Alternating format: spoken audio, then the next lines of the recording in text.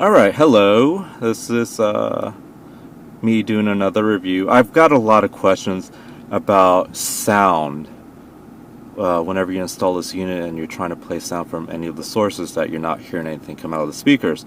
So right now, I went ahead and set up the unit to where it's not going to produce any sound. So right now I have it set on volume 17. That's going to be pretty loud. But yeah, you're not hearing anything right now. You're just hearing my voice. To fix that, you're going to go ahead and click on this console button. And then there's this amp information button right there. Just click on that. And what you're going to find is this current volume. Right now it's set to 0. So we're going to adjust that. So I'm going to just click on this greater than button. I'm going to keep on adjusting it until you hear something. And you can actually hear my music playing in the background now. So this is set 34. Volume is set at 16. And you can actually hear something. But what I would recommend is that you set this to either 40 and above.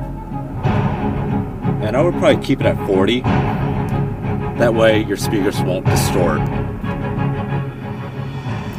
And that way, this right here, you can use a lower volume.